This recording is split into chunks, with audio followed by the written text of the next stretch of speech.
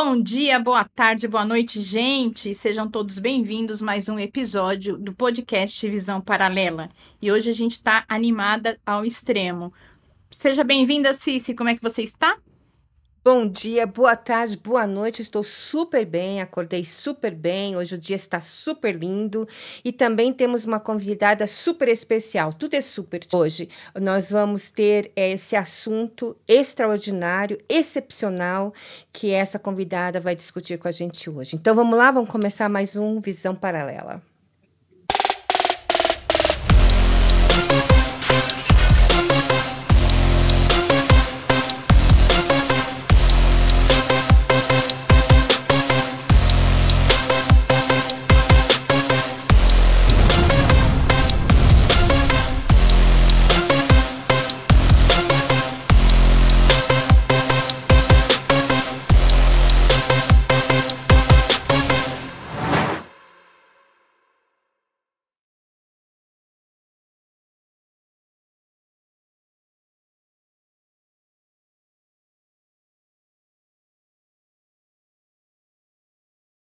E aí, Rita, seja muito bem-vinda. Como é que você está hoje? Eu estou ótima. Bom dia, boa tarde, boa noite para todos que estão nos escutando nesse dia tão maravilhoso, com esse privilégio de falar com vocês, de falar um pouquinho sobre o meu trabalho, sobre esse projeto que tem transformado a vida de muitas pessoas. É uma alegria estar aqui nesse dia de hoje. Hoje estamos aqui na presença da Rita Duenhas. É uma mestra, uma amiga, uma companheira de alma, que eu tenho certeza que vocês vão se encantar e vocês vão ficar deslumbrados com tudo que ela faz e com todos os ensinamentos que ela vai trazer para gente. Ritinha, para a gente começar, fala um pouquinho sobre quem é você e sobre esse projeto que você teve a inspiração de colocar em prática, por favor. Uau, já começa com uma pergunta difícil, perguntar quem a gente é, né? Porque eu acredito que a gente se reconhece muito através do olhar do outro.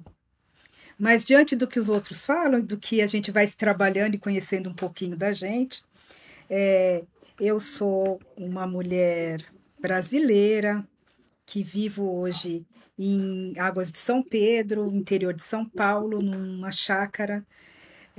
Tem 10 anos que eu estou morando aqui, e mais precisamente há 5 anos que eu estou mesmo fincada aqui com os pés nessa região e tendo uma vida mais pacata, mais tranquila, sem tanto a agitação dos grandes centros aí de São Paulo, que é onde eu morava, né, ABC Paulista. E desenvolvo um trabalho já há muitos anos de acolhimento emocional e corporal, trabalhando as pessoas, auxiliando elas nesse processo de transformação, de libertação, tanto de amarras que a gente vai criando no decorrer da vida, quanto de muitas emoções reprimidas, muitas dores da alma e do corpo que a gente vai angariando, né, a cada passo do caminho. Então, eu vou sendo uma ponte para auxiliar as pessoas nesse processo de libertação.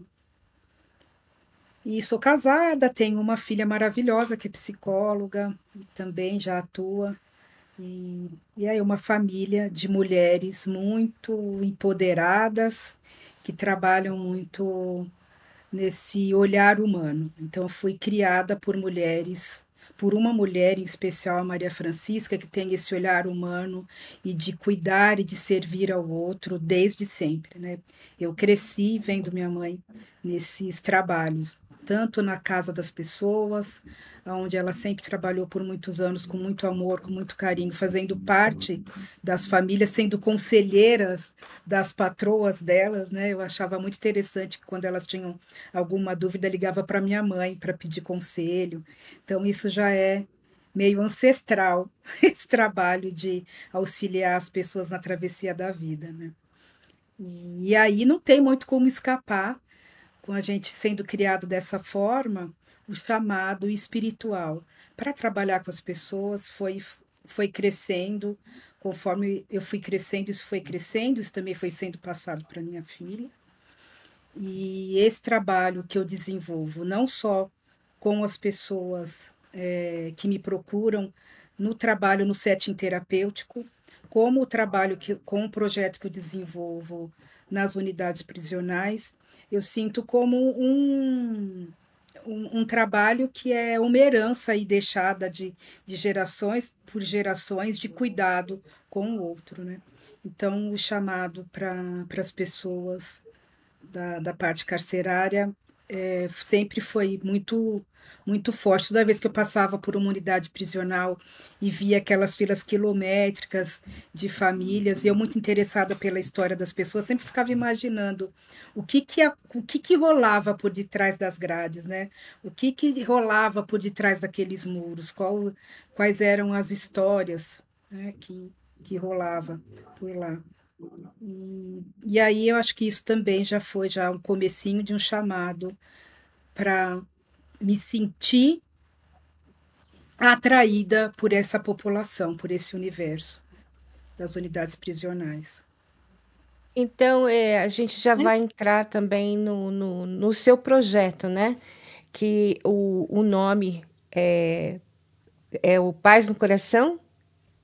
Liberdade na prisão. Então, vamos entrar mais profundamente qual que é esse projeto, como esse projeto nasceu, né? Que você já passou, que você via as filas, que você se emocionava em ver isso na sua frente, mas como que isso realmente, sabe, nasceu dentro de você? Fala mais do projeto por si. Então,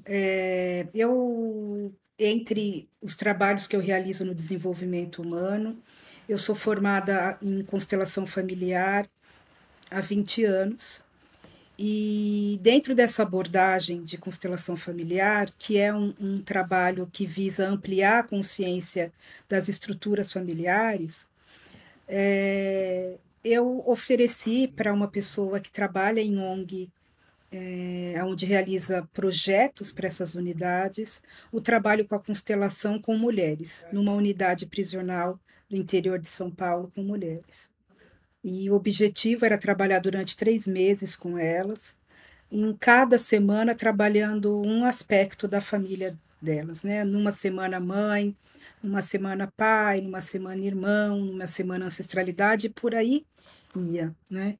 Então eu fiz esse trabalho durante 2 anos com essas mulheres e foi um trabalho com um resultado muito incrível, muito transformadora, onde elas puderam se abrir, onde elas puderam realmente trabalhar feridas muito ocultas e elas se sentiram muito acolhidas para realizar isso, porque unidade prisional é um lugar onde as pessoas. Não é um lugar que elas se sentem seguras para mostrar a fragilidade delas.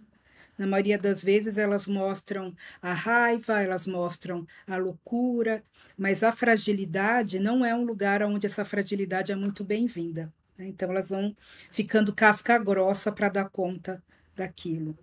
O que é até muito interessante que nas unidades prisionais as mulheres se masculinizam e nas unidades masculinas os homens ficam mais sensíveis. É interessante como isso vai se transformando, sabe, nas unidades. O porquê isso acontece eu ainda não estudei tão a fundo para saber, mas isso é um fato que eu observo quando eu visito as unidades, né?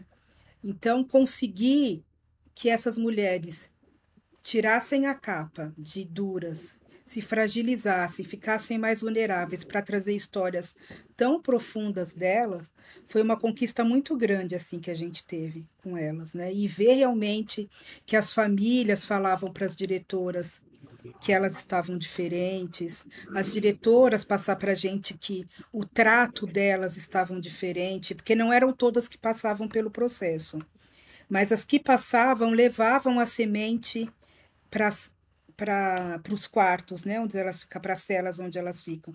Eu acho, para mim é complicado falar cela, eu prefiro falar quarto, né, sei lá eu, né, hospedaria onde elas ficam, mas cela me dá uma sensação tão ruim, né, de falar, então elas levavam isso para as outras colegas que não participavam do projeto e elas viam com clareza a diferença que aquilo fazia nelas. Então foi um tempo muito rico, muito maravilhoso. E aí uma outra unidade prisional masculina pediu esse projeto. E aí quando estava para acontecer esse projeto, estourou a pandemia. Eu ia começar em abril e em março estourou a pandemia. E aí isso me deixou bem triste, porque eu já tinha ido nessa unidade, já tinha conhecido, é uma unidade gigante aqui no interior de São Paulo. E o diretor estava recebendo super bem, mas infelizmente teve esse processo de cancelamento de tudo, né? De projetos, nada podia entrar nas unidades. Foi maravilhoso assim a contenção que fizeram nas unidades prisionais, porque eu acho que tiveram um número mínimo de morte, assim, porque fizeram um trabalho muito bonito de contenção mesmo. Só que, como eu já tinha essa vivência presencial, e eu ia toda segunda, eu via como elas ficavam quando elas tinham visita no domingo e como elas ficavam quando não tinham visita no domingo. Então, quando elas tinham visita, elas vinham mais felizes, mais disponíveis. E aí eu fiquei imaginando como seria para elas ficar o tempo que fosse, que a gente não tinha nem noção de quanto tempo que seria na época, sem uma visita sem uma visita, sem saber o que estava acontecendo do lado de fora. A gente sabe como que seria difícil chegar à informação de, às vezes, de um contingente de 400 mulheres, 500 mulheres, 1.000 homens, 2.000 homens, né, dentro de uma unidade. Como que seria isso? E aí, numa dessas inquietudes, numa noite de muita insônia, veio a ideia de fazer o Paz no Coração, Liberdade na Prisão. Aquelas iluminações que a gente tem, né, que eu acho que é a grande biblioteca do astral que nos intui para fazer algo, né? Então, numa noite, eu desenhei esse projeto, com o nome das palestras, como que ele seria, que seria palestra sobre a paz, com a intenção de levar a paz naquele momento. Na verdade, hoje, falando, eu vejo que era um processo mais para mim do que para eles, porque eu estava muito irrequieta, eu estava sem paz, né? Eu tenho um irmão que trabalha em UTI geriátrica e aquilo me dava muito medo, porque ele mora com a minha mãe e aquilo me angustiava muito, do medo de perder ele, de perder minha mãe. Eu não estava tendo paz naquele momento. Então, eu acho que essa ressonância com, com a unidade prisional foi muito grande. E eu ficava imaginando, a gente não está dando conta de ficar num lugar confortável, sabendo, tendo notícias de quem a gente ama. Imagina para eles, sem notícias, confinados, né? Como que vai ser isso? Então eu tive essa intuição, escrevi o projeto, chamei pessoas incríveis para fazer parte, e essas pessoas prontamente foram aceitando o chamado, né, de fazer uma palestra de no máximo 40 minutos e depois propor uma meditação para os reeducandos poderem fazer. A gente chama de reeducandos as pessoas privadas de liberdade, né? E, e aí a gente pensou nisso, né, deles assistirem a palestra e fazerem esse processo de meditação, para ter um pouco mais de paz nesse momento que eles estavam vivenciando. Então, quando essas palestras começaram a ficar prontas, até a Patrícia era uma das palestrantes também, quando eu comecei a assistir as palestras que o pessoal começou a mandar, eu falei, caramba, isso vai mexer demais com eles. Está mexendo comigo, que já fiz inúmeras terapias, que sou terapeuta, está mexendo demais comigo. Como que vai ser com eles? Quem que vai acolher isso, né? Como que eles vão ser acolhidos? Onde eles vão ter esse espaço de fala? Porque eu não poderia estar indo na unidade. Aí vão vindo as dificuldades, né? Como que vai poder ser? Ah, não pode ter sinal de internet. Então vamos gravar, vamos mandar para o pendrive.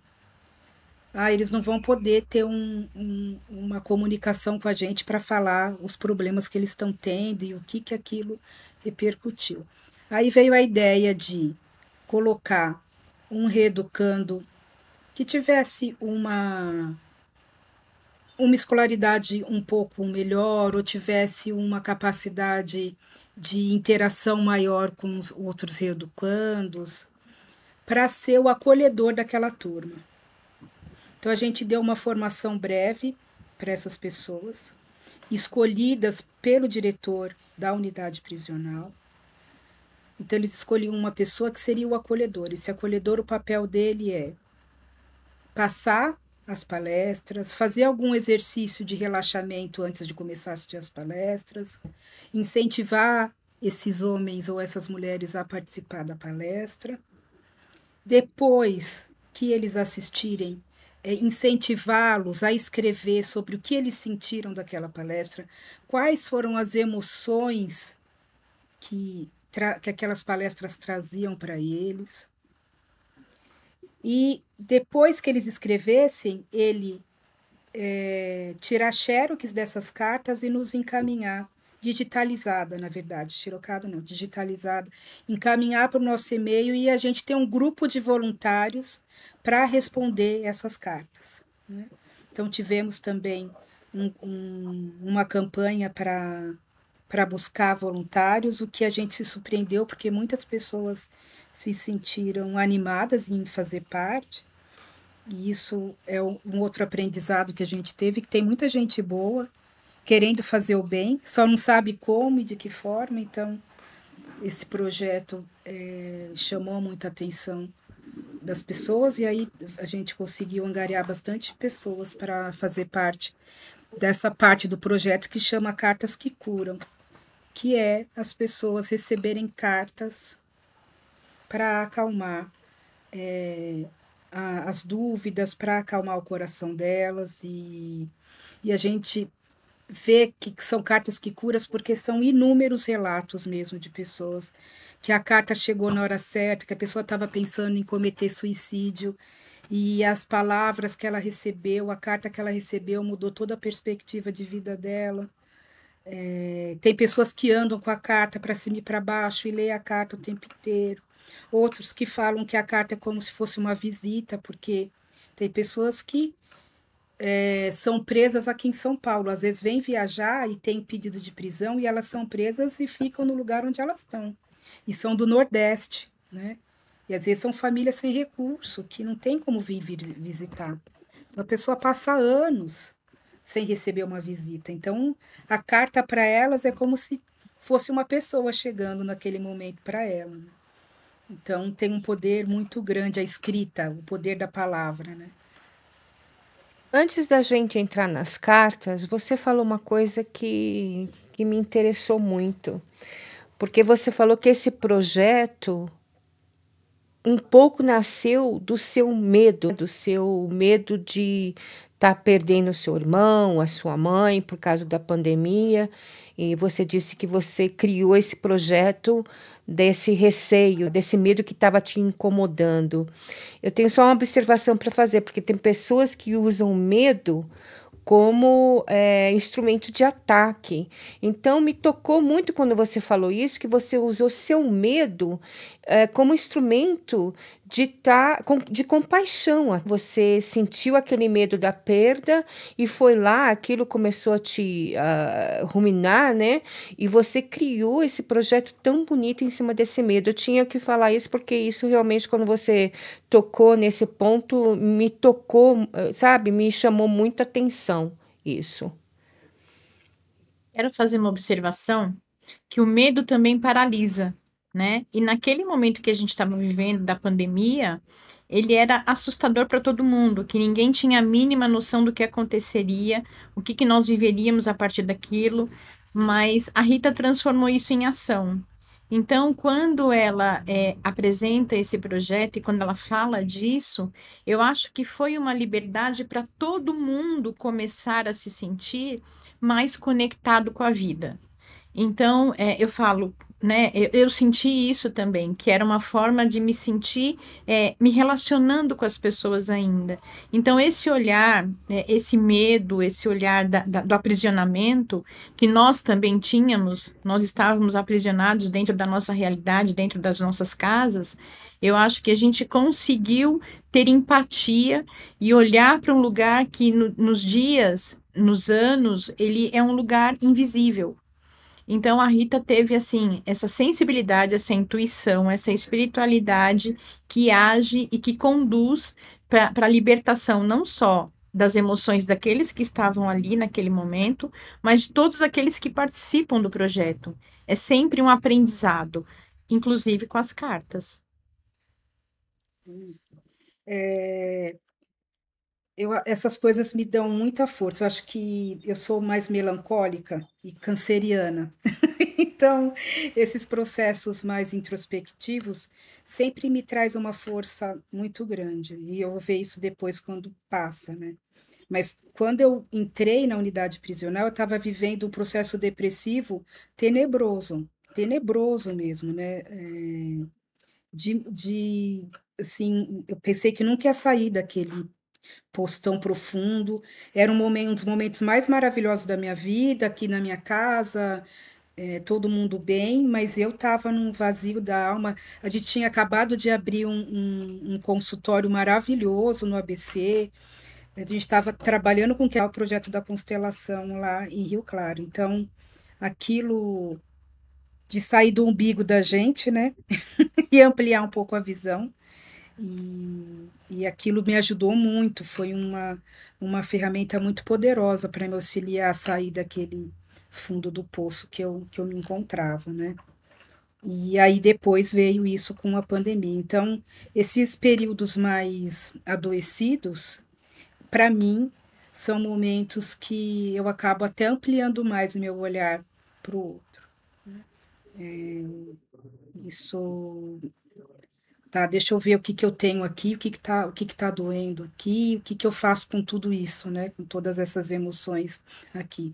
Que na maioria das vezes, tanto a depressão quanto esse processo da pandemia, eu que sou extremamente sensível, demorou para eu entender que eu sou hipersensibilizada, que eu sinto a dor do mundo, mas é muito fácil a gente sentir a dor do mundo e ficar na indignação e se fechar.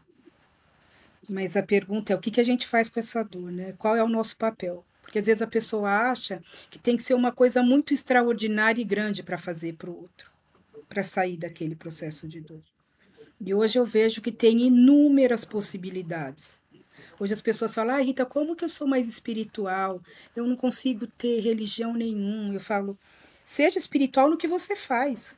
Né? Seja um bom esposo, seja uma boa companheira, seja um bom filho. Isso é ser espiritual. Né? Ser espiritual é ver teu vizinho do lado, é fazer uma compra para ele quando ele não está podendo, aí um dia bater um papo numa casa de repouso, ficar lá 2 horinhas. Isso é ser espiritual, é espiritualidade em ação. Né? É importante você estar num templo, você se fortalece, mas o que você está fazendo de concreto mesmo para mudar, para ser um agente de transformação na vida do outro. Então, esse projeto, eu sou muito grata a ele, e às vezes eu recebo cartas de reeducandos falando: esse projeto me salvou, mas a cada carta que eu leio isso, eu falo: ele tem me salvado. É ele que me dá ânimo, que me dá. Que eu falo: nossa, ainda. Caramba, tem jeito alguma coisa, né? Eu sempre falava: se esse projeto atingir uma pessoa, eu já vou ficar muito feliz. Mas eu tenho relatos de inúmeras pessoas. Tenho reeducandas que eu encontrei que é formada em consteladora familiar, que fez o curso depois, que saiu, que teve a liberdade, né? Então, são presentes tão valiosos, né? Isso, para mim, é um presente, pode parecer do ego, mas é da alma, porque é uma pessoa a menos fazendo besteira na rua, A gente ganha uma alma a mais nos trazendo segurança, né? Porque, como eu digo, é muito fácil a gente criticar, a gente falar que bandido bom é bandido morto, desde que não seja nenhum dos meus filhos, desde que não seja um irmão meu, desde que não seja meu companheiro, né? Às vezes eu sempre falo, quando eu vou dar palestra, eu falo, para cada mão que você quer que pegue uma arma e mate um bandido, tem várias mãos orando para esse bandido ser liberto, para esse bandido mudar a vida, para ele se transformar. Tem uma mãe orando, tem uma tia orando, tem uma irmã orando, tem um pai orando para aquela pessoa se transformar, né? E é o mesmo Deus. É o Deus que está escutando, né? Quem acredita em Deus é o Deus que escuta, que quer que tenha um a menos, e é o Deus que está escutando o clamor de uma mãe, de um familiar para aquela pessoa. Então, o meu trabalho, além da unidade prisional, e eu sou muito grata a vocês por estarem me convidando, é convidar a sociedade civil para conhecer um pouco mais dessas histórias. Que histórias que estão atrás de cada. É um ser humano, tem uma avó lá, é um filho de alguém, é um parente de alguém que está lá. As pessoas podem falar, Eu é acho que irrecuperável, né? Não tem jeito, a pessoa é irrecuperável. Mas a gente tem relatos de pessoas que hoje é dono de ONG em Rondônia, uma ONG maravilhosa, que é uma pessoa incrível para vocês convidar também para o podcast. É uma pessoa que tem uma Ah, lista inúmero de assassinatos. E hoje, se você conversa, é a pessoa mais doce, ele revolucionou Rondônia, né? Ele leva de 100 a 200 homens por um núcleo espiritual que ele criou. E esses homens se tornam terapeutas e cuidam de outras pessoas, passam por formações Pois é. inúmeras, né? Então, como a gente pode falar, né? Ah, não tem jeito. Essa pessoa, ao olhar da sociedade, não tem jeito, mas transformou, mudou, né? Criou outra realidade aí, tem criado outra realidade. uma das 7 leis do universo, que é uma lei importante, depois a gente pode discutir um pouco mais sobre isso num outro episódio. Você só dá aquilo que você recebe. Então, quando você vai para essas instituições, você está dando amor, compreensão, oportunidade. E essas pessoas estão recebendo essas energias de uma forma diferente. Talvez elas não tenham recebido isso antes. Então, é uma lei muito forte do universo. Você só dá aquilo que você recebe. Tem pessoas que falam, ah, aquela pessoa é tão, vou usar a palavra, né, chata. Talvez porque ela viveu no meio de pessoas totalmente difíceis, entendeu? Então ela não recebeu ou ela não pode dar dano que ela não recebeu. Eu acho isso super importante que você está falando dessa pessoa que foi para Rondônia e criou uma ONG e criou uma outra realidade. Por quê? Porque ele recebeu dentro desse projeto talvez aquilo que ele nunca tinha recebido antes. Se encaixa tão bem em uma das leis do universo que é tão importante, né? As 7, tem pessoas que denominam 10, mas as leis do universo eu acho que são muito importantes para reger a vida da gente. Eu acho, assim, Com certeza. pelo que eu acompanhei do projeto, pelo que eu conheço da Rita, o princípio básico da Rita sempre foi a cura do corpo, da alma, do emocional. E então, quando a gente vê esse projeto acontecendo dentro da unidade prisional, eu acho que mais do que você possibilitar as pessoas serem vistas e a gente olhar essas pessoas com dignidade, é auxiliar para que essas pessoas se enxerguem com essa dignidade e num olhar diferente daqueles que é tão enquadrado numa realidade dura e crua, que é o que elas mantêm. Então, a Rita expandiu esse olhar dessas pessoas para elas mesmas. E eu acho que a partir daí você começa também a ampliar as possibilidades. é uma nova dignidade, é uma nova realidade, é uma nova maneira de se relacionar comigo e com os outros. Então, a cura, ela não tem, não dá para a gente mensurar a cura que esse trabalho proporciona, porque além de ser individual, ele também é coletivo. E a gente não tem como mensurar a coletividade. E esse exemplo que você trouxe de Rondônia, Rita, eu acho que ele é só um, dentre de tantos outros que a gente sabe que aconteceram, dessa revolução de alma, das pessoas se olharem com respeito e com o amor que até então elas desconheciam. Eu fico emocionada para falar desse projeto. Me afastei faz um tempinho já, por necessidades particulares, enfim, mas eu sei o que significa esse projeto, até pelas cartas que eram recebidas, até pelos questionamentos que eram feitos, das pessoas se perguntando se elas, perguntando para a gente voluntário, se elas eram merecedoras mesmo de amor e de carinho, de atenção, se era sério mesmo que a gente estava escrevendo para elas. Então, as pessoas se acostumaram nessa vivência de invisibilidade, que quando você tem um olhar, as pessoas acabam se reconhecendo pelo olhar do outro e se identificando e sabendo quem de fato elas são e o que elas podem. Então, é um trabalho fantástico, sensacional.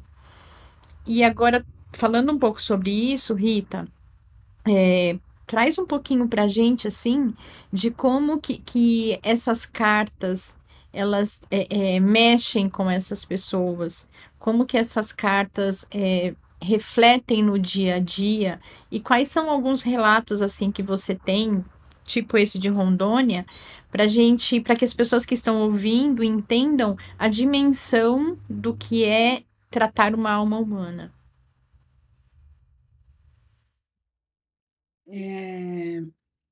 Como eu disse para vocês, muitas pessoas não têm visita, ficam anos lá esquecidas. E essas pessoas não têm alguém que fala terapeuticamente com elas. Primeiro que isso também é uma revolução. A gente falar de terapia, falar disso dentro de uma unidade prisional. O que é um absurdo, né? Vamos ser honestos, porque como a gente coloca um ser humano lá para ser depois reintegrado à sociedade se a gente não cuida das emoções dessa pessoa, né?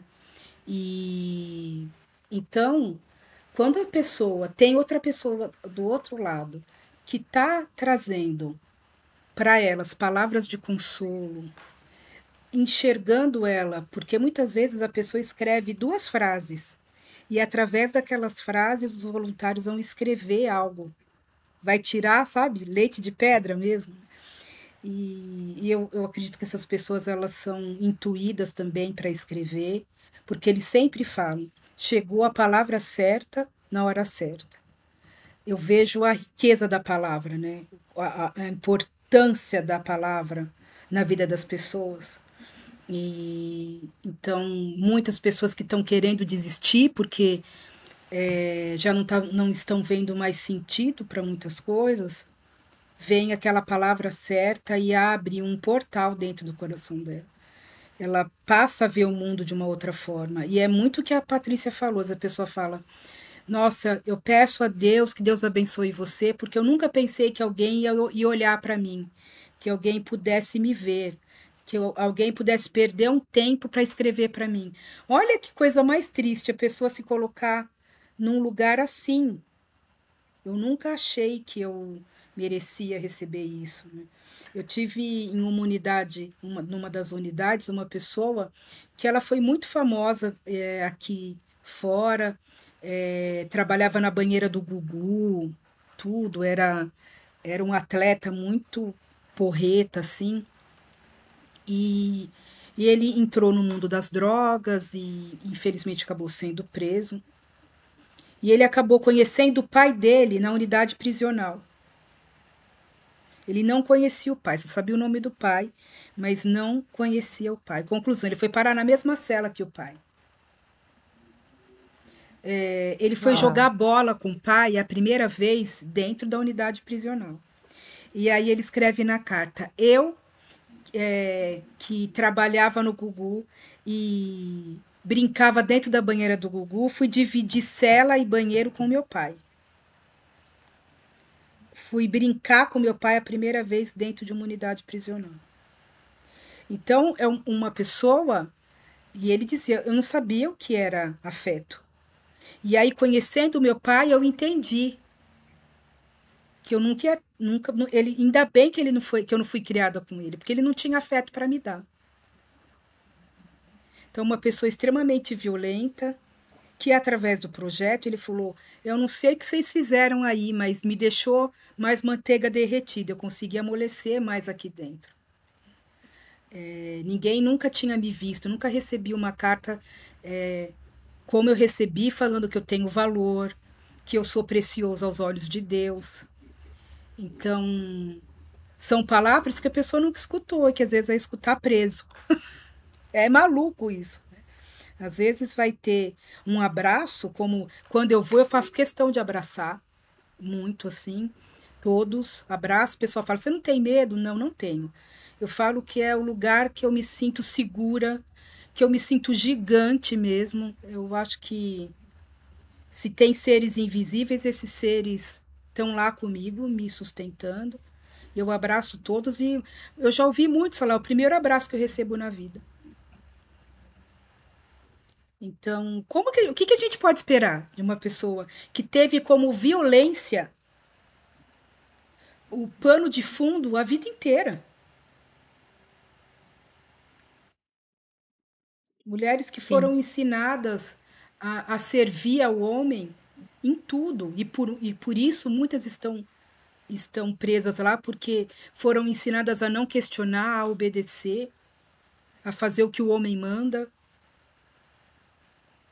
Né? E quando pensassem em não fazer, apanhavam demais. Muitas mulheres que assassinam seus maridos, seus companheiros, gente, nenhuma apanhou a primeira vez. Apanhou por muitos anos, tolerou muita coisa, pediu muito socorro e não foi atendida. Quando mata é pelo extremo, sabe? Quando já não tem mais jeito mesmo, já cansou daquela vida. Então são muitas Sim, histórias, né, gente? Sim, dá. eu tenho uma pergunta em cima disso, não sei se você pode me responder, ou a Patrícia, como psicologia, mas por que que essas mulheres que apanham e aí chegam a esse extremo de matar, por que que elas não abandonam essa situação antes? Você acha porque elas vêm desse meio também, então elas é o que é a única coisa que elas estão que elas sabem viver, que elas reconhecem como vida? Eu vou falar pelo depoimentos de muitas delas, quando eu ia trabalhar pessoalmente. Eu vi meu pai batendo na minha mãe a vida inteira e me batendo. Eu sempre achei que forma de amar era isso, que não tinha outra forma. Eu via meu avô sendo violento com a minha avó. Eu não conhecia um homem amoroso, eu não conhecia um homem afetuoso. Então, tem traumas tenebrosos. Né? Uma vez eu estava com caneta Bic, mastigando a caneta Bic, né? E aí uma moça começou a chorar na unidade, chorar muito. E aí eu fui lá conversar com ela, ela falou: não me toca, nem chega perto de mim. Aí eu, na hora do café, pedi para todo mundo sair, aí eu fui conversar com ela. Falei: viu, mas o que que eu te fiz? O que que aconteceu? Aí ela apontou para a caneta, né? E eu falei: mas o que rola com a caneta? Daí ela falou que o vô dela ficava mastigando a caneta. Quando a avó saía, ele enfiava essa caneta em todos os buracos que ela tinha. E quando ela chegava e contava para a avó falava que era mentira. E então ela tinha um ódio gigante por homens, né? E eu falei para ela: você nunca contou para tua mãe? Não, porque se minha avó não acreditava, minha mãe ia acreditar. Né? Falei: pois quando você sair, eu acho que você precisa contar para sua mãe isso. Né? E aí, o ano retrasado, eu recebi uma carta dela, que ela tinha saído, e num domingo, no almoço em família, ela resolveu cartas claras sobre a mesa, falar. E aí a prima fazia isso comigo também, a outra prima fazia comigo. Era um avô extremamente abusador, cruel, perverso. E elas tiveram aquele pacto de silêncio. Mas aquilo gerou um trauma tão grande que isso então vai se perpetuando, vai se normalizando a violência, a dependência emocional. A pessoa se acha um nada, então ela acha que aquilo é o máximo que ela merece. Até o dia que ela desperta. Um dia desperta, acho que uma consciência maior chega, né? E é um projeto, é algo na televisão que acontece que a gente olha e fala: meu Deus, isso foi um abuso, isso não é normal. O que eu estou vivendo. Gente, quantas histórias tem isso, né? Que a pessoa vai despertar num determinado momento, passou a vida inteira, e às vezes numa cena de novela, numa cena de um filme, a ficha cai. Né? A Patrícia pode falar sobre isso, mas o aparelho psíquico ele é muito protetivo. Ele sabe quando a gente tem Sim. maturidade para lidar com determinada situação, sabe? Quando a hora que o véu cai e fala, agora vai, né? Toma alguma ação. Mas se a pessoa está cheia de violência, ela vai reproduzir essa violência, ela vai entender que só a violência ela vai conseguir se libertar. Ela não vai conseguir se libertar de outro jeito. Eu acho que a gente tem que pensar a questão do padrão familiar, né? A cultura familiar. O que a Rita falou é muito isso. A violência era cultuada dentro de uma família que passou de um avô para as netas e provavelmente também a violência era com a mulher, era com as filhas de forma diferente, mas existia. E aí essa realidade ela é tida como a natural. Ninguém vê uma realidade diferente. E essa ficha só cai, esse véu só se desmonta quando algo externo é capaz de te criar um impacto. Que aí você para e reflete sobre aquilo. Caso contrário, inclusive esses pensamentos que a gente tem, mas por que a pessoa não se liberta? Por que a pessoa não sai disso? A pessoa está sofrendo. Às vezes, o próprio sofrimento é a zona de conforto, e não por ser confortável, mas por ser uma zona conhecida. Eu já sei como funciona, sempre foi assim, e a probabilidade é que continue sendo. Então, essas pessoas, elas são reprodutoras de uma cultura familiar, de uma cultura socioeconômica, uma cultura ambiental de onde estão inseridas, e isso para elas acaba sendo o natural da vida. E quando a Rita leva esse projeto, e vou pegar esse projeto como exemplo, ele é esse impacto, ele é essa expansão de consciência, ele é esse grito que fala assim: não, tá errado. Não, você não pode se amedrontar diante de uma caneta. O que essa caneta significa? E aí ela consegue externalizar aquilo para ser entendida como uma dor, e não como uma crítica, ou um julgamento, ou uma mentira. Quando aquilo é acolhido como dor, a pessoa consegue se sentir reconhecida e validada no seu sofrimento, aí sim o impacto existe. E a consciência vai levar ela para ações. A dependência emocional fala disso. Então, talvez para essas pessoas, a única forma de serem vistas era pela agressividade, era pela violência, mas ainda assim eram vistas de alguma maneira. Então, a gente às vezes julga, às vezes a gente critica a partir do nosso olhar, das nossas experiências, das nossas vivências. E esse projeto, ele é um convite a gente se desnudar da nossa história e poder ouvir a história do outro. Livre de qualquer julgamento, como espectador mesmo, para acolher e entender. Isso é o impacto que essas pessoas precisavam. Um impacto com amor, não um impacto com crítica, não um impacto com julgamento ou com alguma censura. É um impacto que acolhe, que ama e que capacita as pessoas para se reconhecerem e para seguirem quem elas são. Fantástico isso.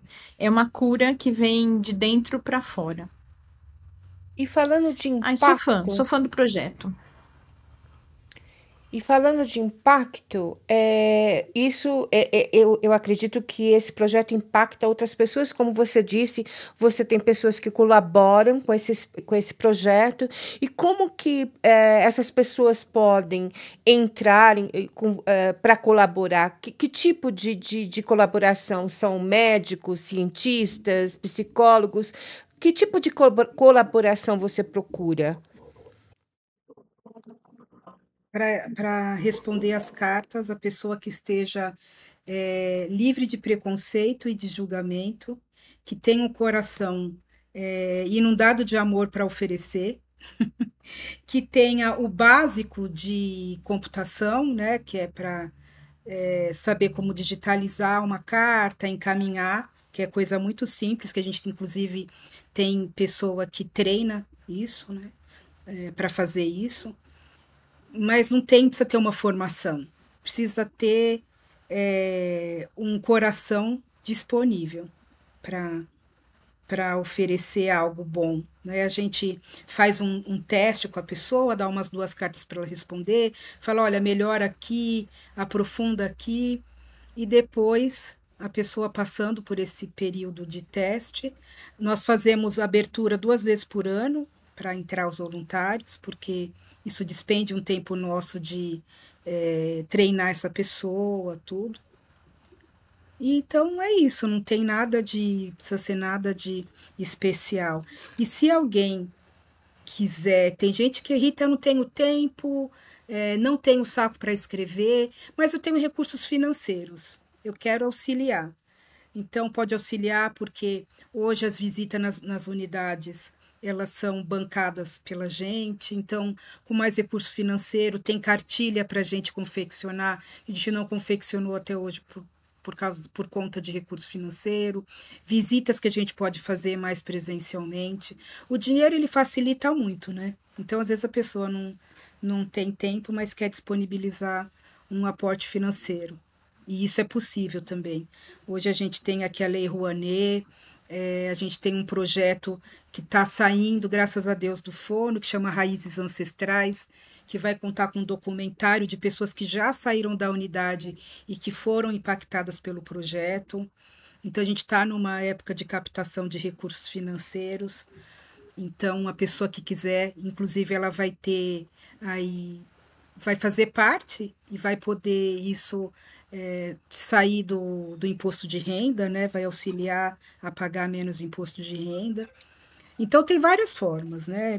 Pode entrar em contato através do meu Instagram, Rita Duenhas, e aí de lá eu peço para a secretária entrar em contato e passar as informações. E quem quiser fazer parte, às vezes quer fazer uma visita na unidade prisional, às vezes tem uma palestra que gostaria de oferecer muito boa, a gente pode ser essa ponte para estar levando essa pessoa para fazer essa palestra dentro da unidade. Então, são várias formas aí que pode estar entrando em contato para auxiliar nesse processo de expansão de amor e de transformação, para a gente ter uma sociedade mais humana, mais digna, né? Mais amor, por favor, que é o que a gente está precisando demais, né? Julgamento, juiz tem de monte, né? Eu nunca vi como a gente tem julgadores de plantão. Tem demais, né? O tempo inteiro. E para o pessoal de casa, a gente vai deixar todas as informações que a Rita passou, como que você pode se comunicar com ela e com o projeto, para vocês estarem ou trabalhando com as cartas, ou dando um apoio financeiro, apoio emocional, qualquer tipo de ajuda que vocês queiram dar, a gente vai deixar todas as informações da Rita nos créditos, tá bom? Assim, e também vocês mandem as suas questões, que eu tenho certeza que depois que a gente terminar esse podcast, a gente vai continuar tendo contato com a Rita e ela vai estar dando mais informações a respeito desse projeto também, né, Rita? Isso. Gente, Eu, passou eu super queria fazer rápido uma o tempo. observação. Né? É porque é muito gostoso. Mas eu queria fazer uma observação que às vezes as pessoas querem participar, as pessoas querem ser voluntárias, as pessoas querem responder as cartas e muitas vezes não sabe como começar. Eu lembro que no começo do projeto, às vezes era difícil porque vinham uma ou duas frases e a gente queria estender aquilo, então a gente tinha combinado de ou manda a letra de uma música, ou manda uma poesia, manda alguma coisa que seja sensível e que possa tocar o outro de alguma forma. Então, se você tem vontade de participar, se você tem vontade de ser um correspondente, um voluntário das cartas, não fique preocupado se você está pronto, se você vai fazer a melhor carta, mas o primeiro passo é sempre importante. E tudo aquilo que traz sensibilidade, que traz acolhimento e que traz carinho é sempre bem-vindo, né, Rita? Exatamente. É isso mesmo. Muito bem falado, Patrícia. Eu Ah, tô gente, já aqui. está acabando? A gente tá quase chegando naquele finalzinho, né? Mas eu tenho uma pergunta específica para Rita, que ela falou do processo de cartas, ela falou no processo de palestras, né? E ela falou no processo de pessoas que saem e têm esse recomeço melhor na vida, né? Vocês têm vocês criaram através desse projeto uns dados em relação a isso? Hoje, das pessoas que passam pelo projeto Paz no Coração, é, 97% não reincide ao crime. É um dado muito alto, um número muito alto.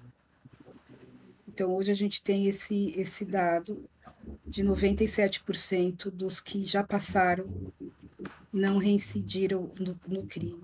Nesses anos que a gente está, né, de 21 até agora, 25, 4 anos, é um número bem rico.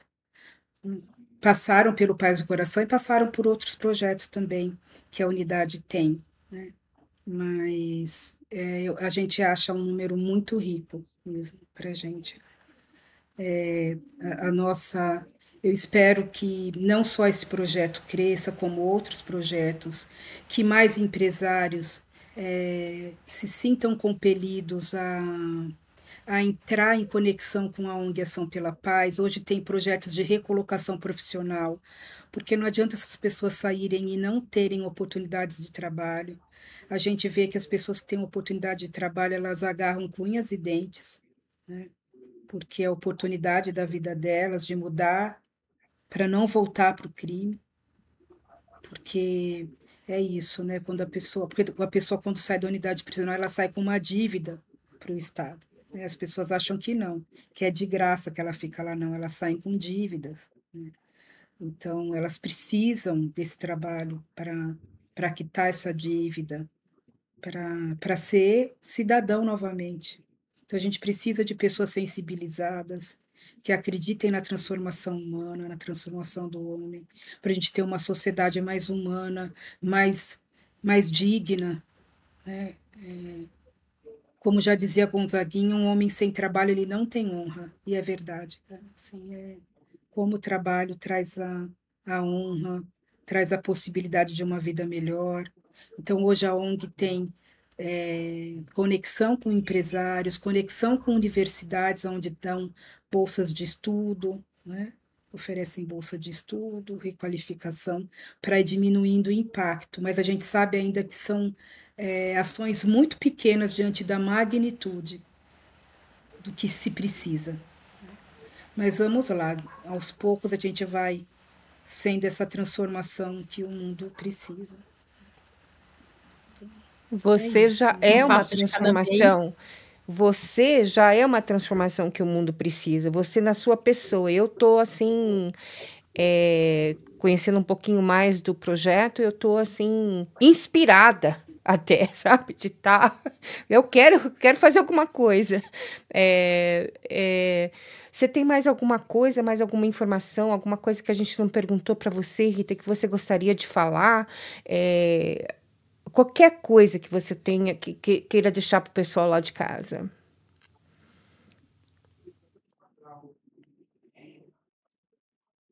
Eu acredito que eu deixei aqui o principal, para vocês, para todos. Eu espero que isso tenha tocado vocês em alguma parte, para que a gente fique atento às nossas ações, porque, como eu digo, aqui no Brasil é muito fácil ser preso, eu acredito que aí nos Estados Unidos também, e às vezes a gente assina um documento sem ler, às vezes a gente dirige embriagado, né? Então, às vezes a gente precisa ter uma responsabilidade para não ser a gente também um reeducando, né? Apesar da gente ser, mas é melhor a gente ser reeducando aqui fora do que lá dentro. É um processo muito dolorido, muito difícil.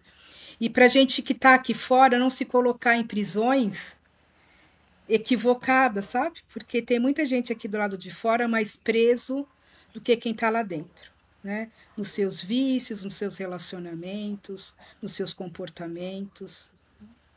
Então, Eu estava exatamente para dizer que essa prisão não é só dentro de uma cadeia também, né? Que é uma prisão.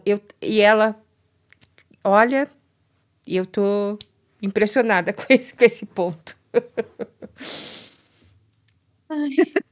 eu Eu vou sempre me aproveitar para falar impressiono. que daqui 2 meses está saindo o meu livro Ser Liberto, que são relatos, tem alguns Ó, relatos das unidades prisionais e uau. relatos das terapias, onde cada um vai trazendo um aprisionamento diferente, né? Cada um com seus aprisionamentos e o quanto o trabalho terapêutico pode auxiliar nesse processo de libertação.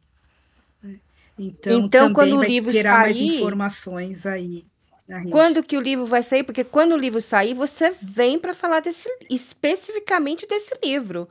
Porque Por favor. imagina, Daqui 40. porque assim, a gente falando, mas imagina o poder de informação que as pessoas vão ter na mão com esse livro. Nossa, eu estou encantada, eu não sabia desse fato. Eu sou apaixonada por livro, eu não sabia desse fator, entendeu? É. Então Foi aí você surpresa. volta quando. É, surpresona, assim, nossa, ela tem um E livro convite no já está forno. feito. O convite já está feito, viu? É só você falar, gente, saiu. Vem você, o livro, e a gente já está aqui de coração aberto, podcast aberto, para você trazer tudo isso que você está. Uma surpresa, né? Tudo isso que você tem, que sempre encanta a gente, que sempre sensibiliza. A Rita é uma encantadora de almas. Então, é sempre muito bom sentar com ela e conversar com ela. Eu chamo ela de minha amiga, irmã, mestra, e eu quero que vocês tenham essa Rita como referência também e acompanhem todo o trabalho dela. Tem muita coisa boa que ela faz. Rita, a gente podia montar uma agenda anual para você vir trazendo tudo que você faz. Mas o convite está sempre aberto, né, Cici?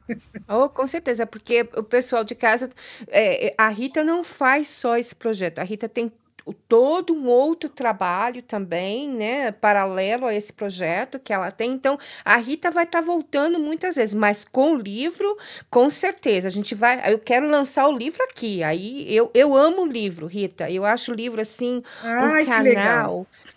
Eu amo, eu amo. Eu acho assim um livro, um canal, porque quando você está escrevendo, toda essa energia que eu sinto de você, eu sinto que você tem uma energia. é, Eu vou falar uma coisa aqui, depois o pessoal de casa manda pergunta, aí eu explico. Eu acho que você tem uma energia direta com o Helm, ou seja, você tem uma energia direta com essa outra parte energética, né? Nessa outra dimensão energética que existe no mundo. Eu acho que você tem uma conexão direta.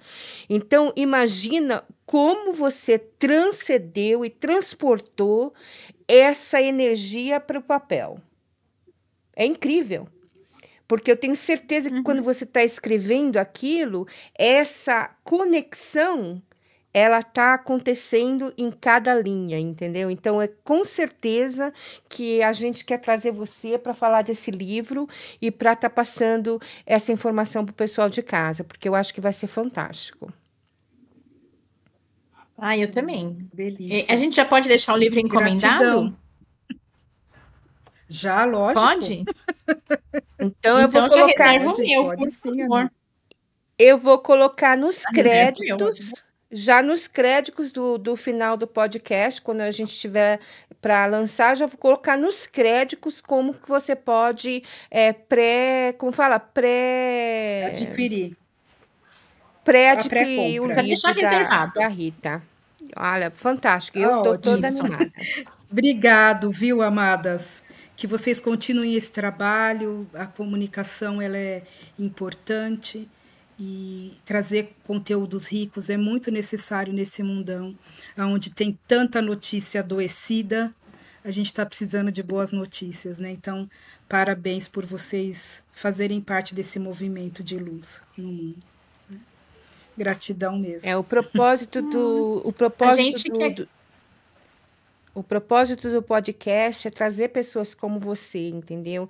Que está fazendo alguma coisa em termos para a humanidade, está fazendo alguma coisa em benefício a essa nova dimensão humanitária. Então, é um dos propósitos do podcast, né, Patrícia? Sim, a gente já falou que aqui a gente vai tratar de assuntos do dia a dia, mas de assuntos extraordinários. E eu acho que você veio para representar esse extraordinário, assim, de mão cheia, de luz cheia. E a gente que agradece a sua participação. Para mim é uma honra ter você aqui, por tudo que você significa e por tudo que você representa. Então, em nome do podcast, em meu nome, acho que também no nome da Cici. Você ajuda a gente a iniciar um trabalho, eu acho que muito rico de valor, muito rico de experiência e muito rico de intenção. Que eu acho que isso é o que a gente mais preserva aqui desde que a gente começou a conversar. Então, muito, muito, muito obrigada por tudo e por tanto. Muito obrigada. Gratidão. Então, a gente está terminando mais um Visão Paralela. Eu, Cici Abreu. Eu, Patrícia Carvalho. Eu, Rita Duenhas. Muito obrigado, gente. Tchau. Beijo, bom dia, boa tarde, Tchau, boa tchau. noite.